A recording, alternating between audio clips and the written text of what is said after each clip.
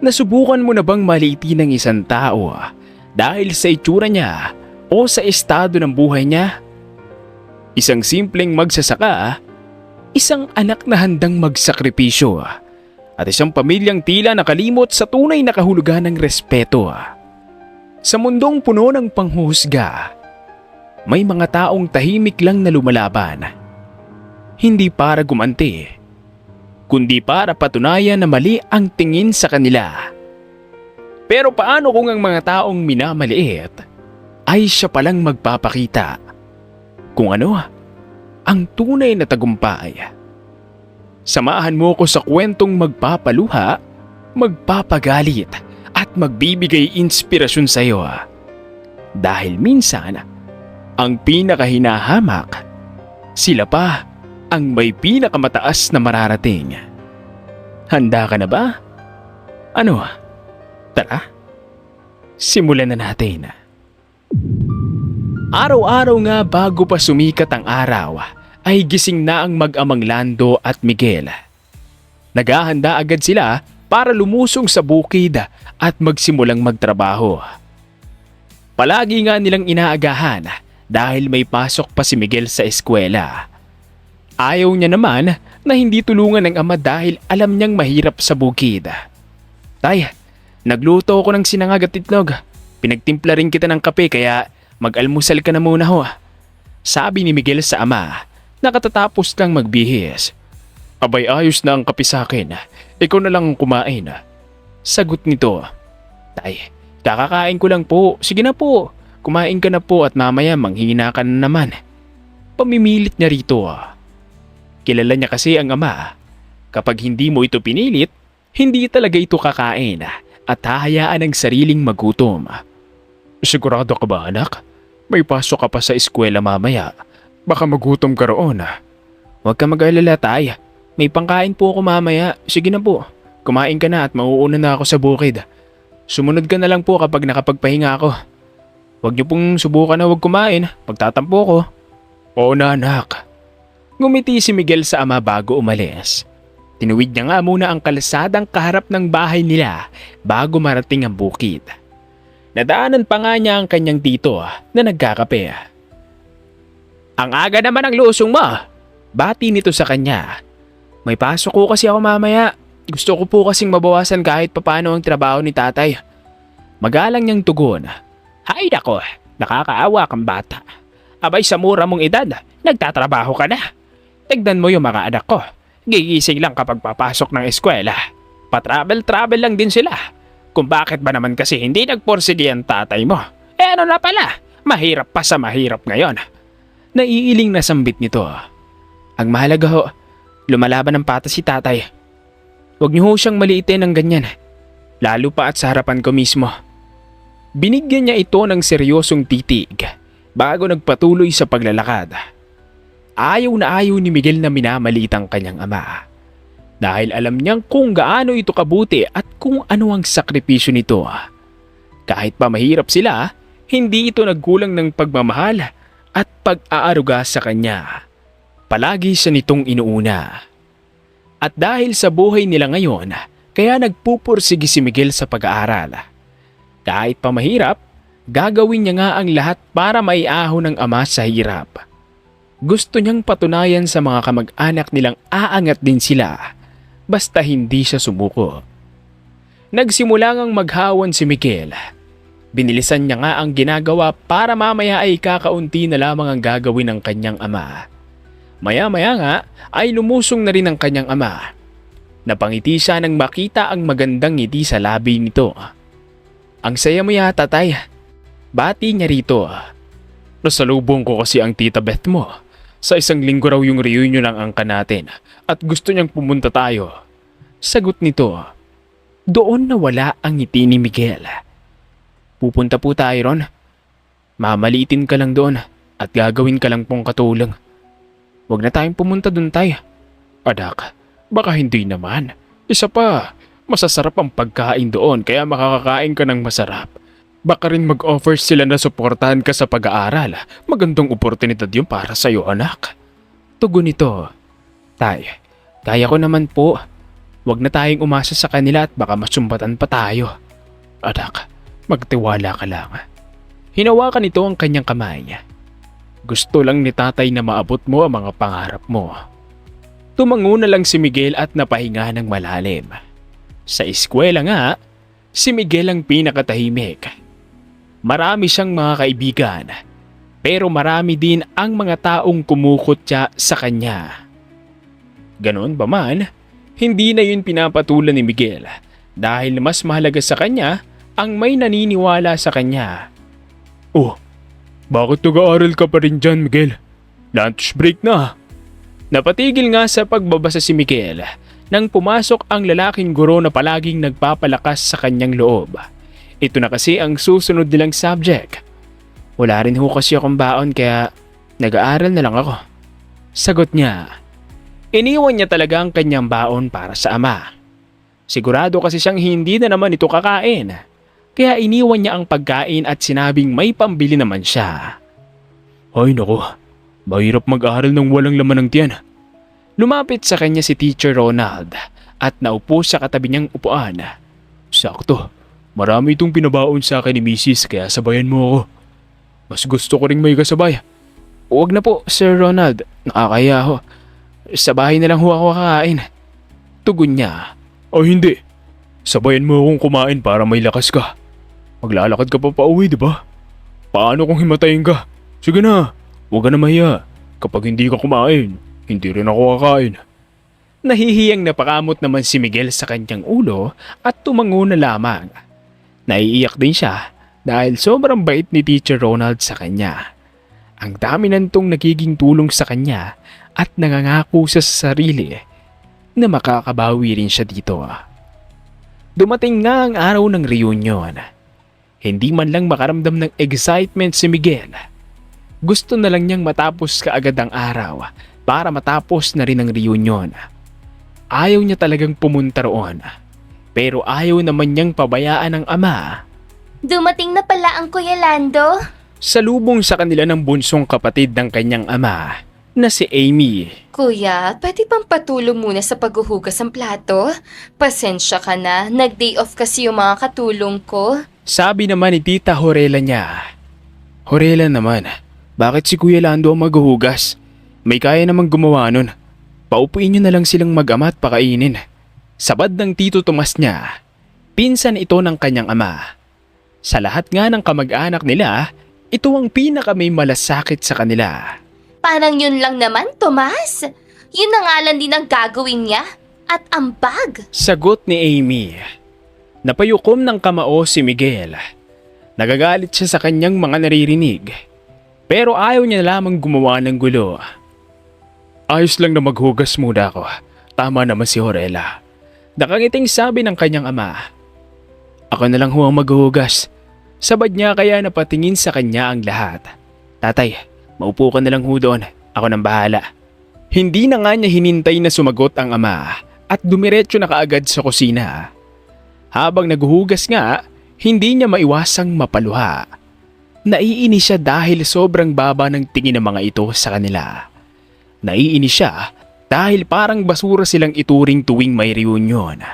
At naiiyak siya dahil nagsakripisyo ang kanyang ama kaya may magandang buhay ang kanyang mga kapatid ngayon. Anak, agad niya ngang pinahid ang luha nang marinig ang boses ng ama. Tay, ito na ang huling pupunta sa reunion nila ha. Hindi ko na kaya na ginaganito nila tayo. Hindi ko na matiis na palagi nila tayong ginaganito. Sambit niya. Sorry anak. Sorry kung hindi maibigay ni tatay ang mga gusto mo. Sorry kung kailangan ko pang tiisin ang lahat ng sinasabi nila. Para lang makakain ng masarap. Anak, pasensya ka na kung ito lang ang kinaya ni tatay sa buhay. Pasensya ka na kung wala akong narating. Tay, huwag mong sabihin yan. Nilingon niya ang ama. Parang ang kinurot ang kanyang puso nang makitang umiiyak ito. Hindi ka mababang tao. Sobrang swerte ko po na ikaw ang naging ama ko. Lahat ginagawa mo para sa akin kahit mahirap na. Miguel. Tay, nasasaktan ako kapag minamaliit ka nila at kinukutya. Kaya dahil doon, Gagawin ko ang lahat para patunayan sa kanila na mali sila ng minamaliit. Tatay, magsisikap po ako at aayusin ang buhay natin para wala na silang nasasabi sa atin. Hindi po ako susuko kagaya na lamang ng hindi niyo pagsuko sa akin. Ngumiti siya sa ama. Ako po ang magtutuloy ng pangarap niyo. Maraming salamat anak ko. Alika, umuwi na tayo. Nakangiting tumango si Miguel sa ama. Umalis nga ang dalawa sa kusina at dire-diretsyong umalis. Dahil nga maliit lang ang tingin sa kanila, wala man lang nakapansin sa kanila. Maliban nga lang kay Tomas. Kaagad niyang hinabol ang dalawa, bit-bit ang mga Tupperware na may pagkain. Miguel, dalhin niyo to para may pagkain kayo. Sabi nito, huwag kayong mag-alala. Kami ng asawa ko ang may dala niyan kaya wala kayong magiging utang na loob sa mga impokritong yun. Dumukot ito ng 2,000 sa kanyang bulsa. Ito rin pala, kaunting tulong panggastos nyo. Huwag kayong mag-alala. Hindi nyo utang na loob to sa akin. Gusto ko lang talagang makatulong sa inyo kahit papano. Pambawi na rin sa kabutihan mo, Kuya Lando. Napatingin naman si Lando sa anak. At nang tumango ito sa kanya, kaagad niyang kinuha ang ibinigay ni Tomas. Maraming salamat, Tomas. Nakangiting sabi ni Lando. Wala yun, Kuya Lando. Binabalik ko lang ang mga ginawa mong tulong sa akin noon. Kapag may problema ka, huwag kayong mahiyang lumapit sa akin ni Miguel ha. Handa akong tulungan kayong dalawa. Lalo na sa pag-aaral ni Miguel. Nakangiting sabi ni Tomas. Maraming salamat po, Tito Tomas. Nakangiting saad naman ni Miguel. Sige, Tomas. Mauna na kami ng anak ko. Mag-iingat kayong dalawa. Tumango lamang ang mag-ama at nakangiting naglakad palayo. Kahit mabigat kanina ang loob nila, masaya na naman sila ngayon dahil may tao pa rin nagmamalasakit sa kanilang dalawa. Kahit nga kapos at mahirap ang buhay nila Miguel, naitawid niya naman ang pag-graduate bilang grade 10 student. Tuwang-tuwa pa ang kanyang ama dahil may award siya. Hindi rin ito maiwasan pang maiyak dahil sa sobrang galing ng kanyang anak. Anak, kakain tayo sa labas ngayon. Kailangan mong ilabas dahil sobrang galing mo sa pag-aaral. Nakangiting sabi ni Lando. Tay, sa bahay na lang po tayo kumain. Bumili na lang po tayo ng bigas at ulam. Mas okay pa po yun kaysa kumain tayo sa labas. Tugon niya. Gusto niya rin namang maranasang lumabas silang mag-ama. Kaso, mas gusto niya talagang piliin ang realidad ng buhay nila ngayon. Sigurado ka ba anak? May pera naman si tatay eh. Okay lang po talaga tatay. Sa susunod na lang po kapag may extra na talaga kayo. Hindi pwede yon. Napalingon nga sila sa kadarating lang na si Tomas. Halika, ilalabas ko kayong mag-ama. Tito Tomas, lumapit dito si Miguel at nagmano. Pasensya ka na kung nahuli ako. Kagagaling ko lang kasing Manila dahil may inasikaso ako doon. Sagot nito, Naku, maraming salamat Tomas. Ulog ka talaga ng langit sa aming mag-ama. Nakangiting sabi ni Lando. Sumakay nga sila sa sasakyan ni Tomas at nagtungo sa mall para i-celebrate ng graduation ni Miguel. Hindi nga maiwasang mangiti ni Tomas habang nakatingin sa mag-aamang masayang-masaya ngayon. Nakita niya ang dating buhay niya kay Miguel at isa si Lando sa naging dahilan kung bakit siya nagpursige.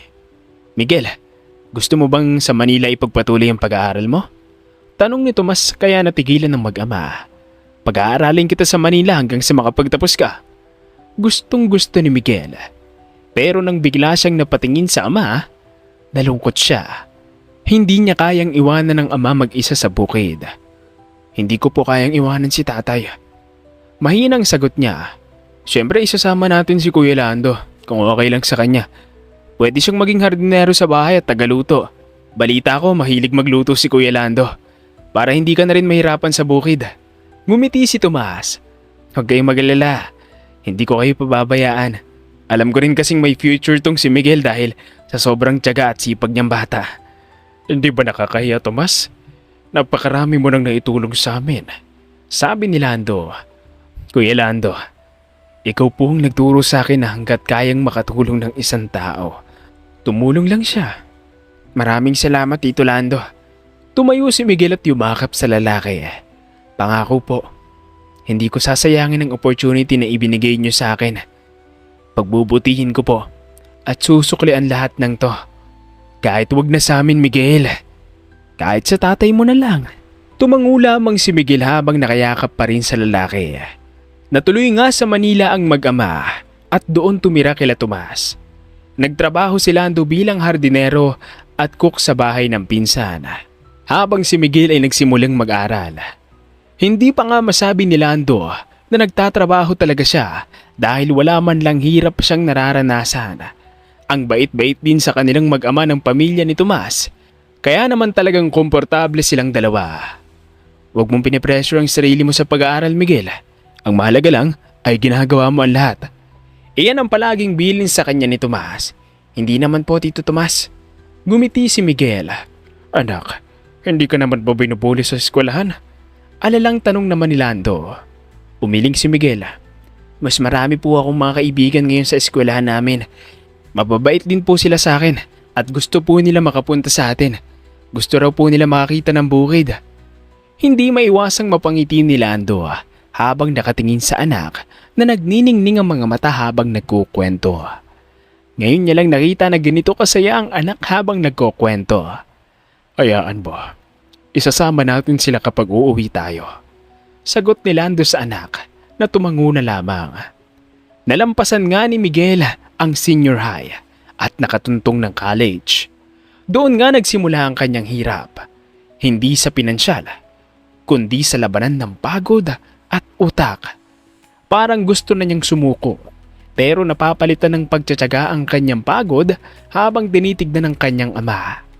At sa kabila nga ng pagod na pinagdaraanan niya, naging worth it lahat dahil nakagraduate siya ng magna cum laude. Tuwang-tuwa ang kanyang ama at Tito Tomas. Konektado sa pagluluto ang kinuhang kurso ni Miguel dahil iyon ang kursong hindi na ipagpatuloy ng kanyang ama. Anak, mag-iingat ka doon ha. Kapag may oras ka, tawagan mo ako. Emosyonal na paalam ni Lando sa anak. Sasampa kasi ng barko si Miguel para magtrabaho bilang cook. Gusto kasi ni Miguel na magtrabaho agad. Mag-iipon siya at magtatayo ng restaurant. Opo tatay, huwag po kayong mag-alala sa akin dahil magiging maayos po ako. Ngumiti siya at bumaling kay Tomas. Tito Tomas, kayo muna pong bahala kay tatay ha. Magpapadala po agad ako sa unang sahod ko. Ako nang bahala kay Kuya Lando. Basta, palagi kang magdadasal at tatawag ka. Ingat ka doon. Niyakap nga ni Miguel ang dalawang lalaking importante sa kanyang buhay. Mabigat man sa loob niya na maiwan muna ang ama, kailangan niyang tiisin para sa pangarap nila. Mahal na mahal kita, tay. Gagawin ko po ang lahat para sa pangarap natin. Umalis nga si Miguel sa piling ng ama at nakipagsapalaran sa barko para sa kanilang pangarap ng kanyang ama. Lumipas nga ang mga taon. Ang dating mag-amang kayod kalabaw sa bukid, may-ari na ngayon ng isang sikat na restaurant na may branch sa iba't ibang parte ng Pilipinas. Ganoon din sa Asia. At ang cook nga sa original restaurant ay ang mag-amang Miguel at Lando. Sa tingin ko naman po, hindi na nila tayo mamaliitin yan. Nakangiting sabi ni Miguel sa ama. Matapos nga ang ilang taon, ngayon lang sila ulit lilitaw sa reunion ng angka nila. Sinagot ng mag-ama ang venue at pagkain ng lahat. Doon mismo sa restaurant nila gaganapin. Gusto lang nilang ipakita sa mga nang maliit sa kanila at nangutya sa kanila na may narating na sila. Gusto nilang makita ng mga ito na kahit mahirap sila, may pangarap pa rin sila. Welcome Agarin family. Pagbasa ni Ronaldo sa nakapaskil na tarpaulin sa gitnang bahagi ng restaurant. Espesyal pala tayo sa restaurant na ito. Masayang sabi ni Horela. Ang gaan ng vibes nitong restaurant, bagay na bagay tayong mga may narating sa buhay. Mabuti na lang wala dito sila Kuya Lando. Sabi naman ni Amy. Alam nyo ba na sobrang sikat nitong restaurant na to?